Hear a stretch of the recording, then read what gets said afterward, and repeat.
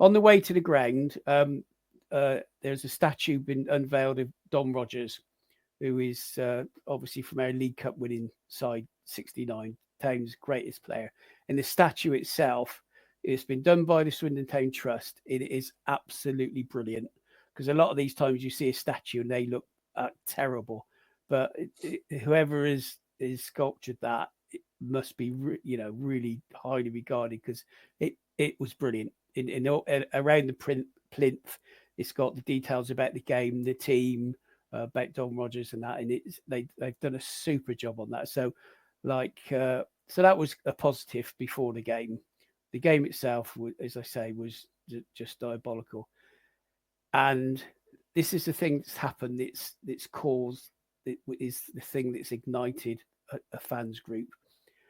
They did the trust provided the club with a write-up on the 69 side, winning the League Cup, biggest ever thing in our history. And that's when the League Cup was played with teams putting out first teams. We beat Arsenal in the final, and they had their top team out. There was no reserves or anything. So to do that back then, as a third division side against the first division, was brilliant. And what did the club do? They put a picture of the players celebrating the 1967 QPR team winning the cup. They couldn't even get the picture of our team in the program. It just finished me. It just breaks you, absolutely breaks you. It's so unprofessional. And then from that, this is what started. A group's been set up called the Spirit of 69. The primary man is Dan Hunt, and you've got Terry Pierce and Rich Pullin, who are involved with Loathe Strangers podcast. And basically what they've said is, their statement is, Clem Milfoy is consistently proven over the last 3 years he's not capable of running a football club. The Spirit of 69 have said in an online post. We will not rest until he publicly invites interest of acquisition from those who may be interested. We're committed to a program of online and offline actions to create noise and pressure on the ownership, and working hard behind the scenes ahead of our first day of action against Grimsby on December the 21st. The group stressed that the protest will be peaceful, non-obstructive, and outside the 90 minutes of the game. So they're doing it in the right way. They've launched today. If you see my updated profile picture, it's everything around orange. A few years ago, there was a protest and everybody was wearing orange hats. They're using the orange colour. They've got, in a very few days, I think today, they put out the orange hats with the image on it. In the last count I saw, they were selling more than one a minute. And I think they must be probably up to 150 within a few hours that have been sold to support the club or the protest. They're also going to be giving away free orange hats without the logo on it. They're planning TIFOs protests. They're getting volunteers for stewards. They're liaising with the police. And they're going to do everything properly, which is some said, well, why are we waiting until the 21st? Because they said, we want to get it right. It's going to be a properly organised protest. Now, for weeks and weeks, lots of different groups and people have said, something needs to happen. We can't go on like this. And it's sort of been a bit fragmented.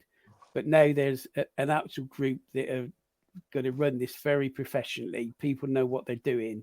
And it's and I can see there being hundreds of people outside the county ground beforehand. There's a big, if you've been to the county ground, there's a big grass area outside the Don Rogers stand, and that's where the statue is, and that's obviously going to be the meeting point where everybody gets together, and then the protest will run from there. So it's got momentum, and the other things that have happened since then. The head of football's gone. He's gone to Salford, surprisingly. The media manager has left the club of his decision, apparently.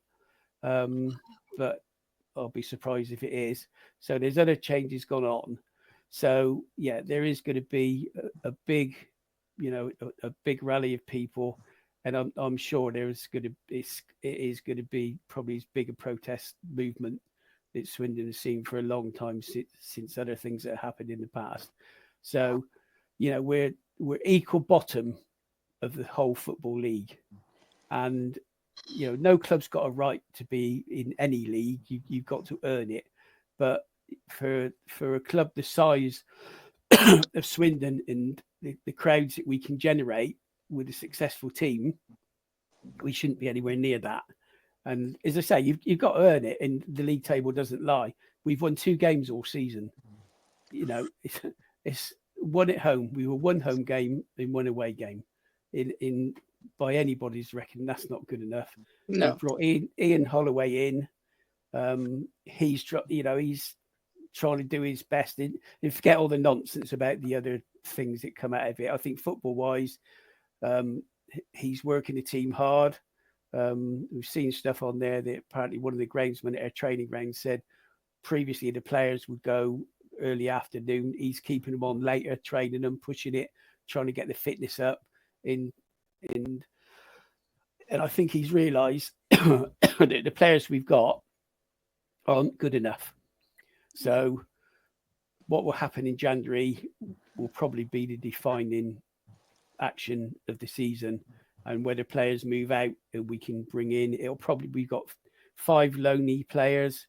And I think only one since Holloway's been there, 1 or 2 are playing.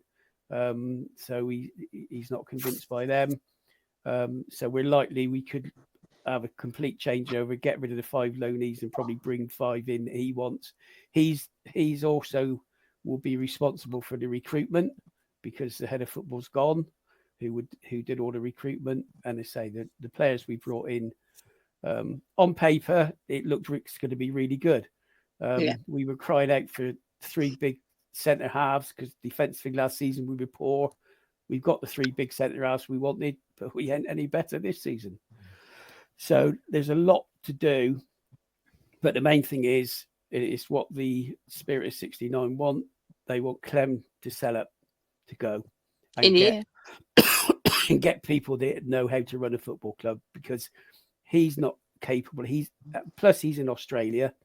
He's got a CEO who had no football experience, and if you've got the owner who's not there day by day, you want the CEO to be, top of the table, to be able to run the club. Well, the owner's not there. He's come from one of Clem's companies, a building company with no football experience. So, how is it allowed, man? Well, I suppose once the chairman or the owner has passed all the requisite tests, he as employees, I guess he can employ anybody. They don't take a fit and proper test, do they? So unless they're going in to become a board member, and there's other characters around the club that aren't officially running the club, but we all know they are. And that's the bigger problem. So hopefully this group will grow and grow and grow. So it'll be interesting to see how it pans out. And it'll be putting pressure on Clem all the way through until he agrees to sell. So that's where we are. And it had to happen.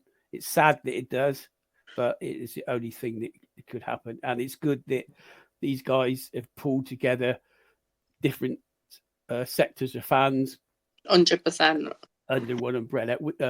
Fools had a guest list on Tuesday. They did a special with people that have got a vested interest in this, who've tried to set up groups. It's quite interesting. I think most of the people on that panel, not all of them, has either been banned by the club or put themselves on a self-imposed ban. I'm not going to go anymore. So, and that's the feeling of a lot of people. who won't put money into the club. I don't want to put money into the club, but No. as I've said on here numerous times, Yeah. the only reason I went Saturday was because my lad wanted to go, and we spend time together at football. And it's really difficult.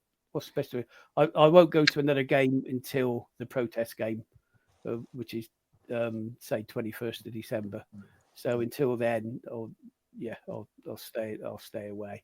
So I've ordered my orange hat. So when that comes, you'll see me in my orange probably. Do you know what? We should all wear orange as well. I'm being serious. I'll wear my orange jumper until it gets sorted. I'm doing it. Brilliant. Yeah, and that's obviously they'll be putting the word out.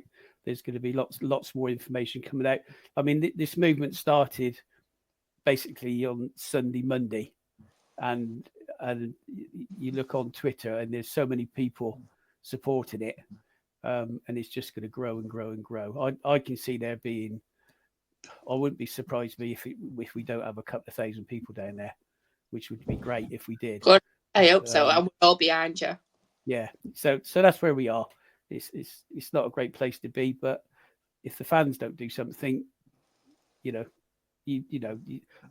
all yourselves have been there and seen what's happened to clubs in the past, and we don't want to be ending up, because if we go out of the league, we could nosedive like Scunthorpe or go out of business, which is what nobody wants.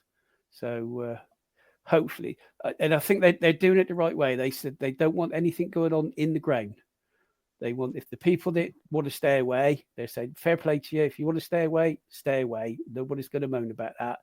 If you just want to go to the game, or if you want to, and don't want to protest, again, that's up to the individual. Some people won't want to do it, but they said if you become part of the protest movement and go to the game, keep it outside. Don't bring it into the crowd. We need to support the team on the pitch because of the position that we're in. So again, they're doing it in such a professional way that it's going to be good from that point of view. It's bad we've got to do it, but it is going to be brilliant. So fair play to the guys, and I hope we get the support that I think we will. Uncle Nick as well. Yeah. Is there anything that we can do as Rochdale fans or any other football fans? Because I know when we were going through troubles, Swindon were one of the first clubs to offer their support. I think obviously contributed to our crowd fund page where we had to pay our legal fight and things like that. So I don't think not just Rochdale fans, but any other fans in a football pyramid, is there anything we can do to help support it? Is there anything we can do to buy, to contribute, whether it's the orange hats, anything like that? Just absolutely anything could we do to help? I think what the guys have said, they didn't really want to handle money. Yeah. They wanted to sort of avoid that because they're really not. They said they're really not geared up to do it. But I see online today. I've ordered a couple of those hats, and people had the opportunity to pay the 10 quid or as much as you want to pay for them. So they've sort of done it like that. And they said all the anything they do like that, they will publish fully open and transparent invoices and spreadsheets of what they're doing, so nothing will be hidden, so people will see exactly what the money's being used for, because obviously there are going to be expenses. They're on about they've got somebody to do look after getting a giant tifo, and they somebody do that, and all these things cost, they cost money from somewhere in there. But if I guess probably the best thing would be to message them direct. It's the Spirit of 69. Have a look on there. Is it on Twitter? Send a link. Yeah, it's on Twitter. Send a link out, and if anybody, even if it's someone just saying, "Yeah, we support you," I think that would be a big boost. Yeah, irrespective of doing anything physically or monetary. Just to get the support from the rest of the football community is going to be massive. I mean, I read the guy said that the number of people that are ordering these hats in a few hours, like selling more than one a minute. He said, "Christ," he said, "I've got to go and pick my kids up from school now. I've got tears in my eyes." It is such. He said it's a bit overwhelming in such a short period of time. people have taken to it. So, shows that from that point of behind view, it as well. 100%.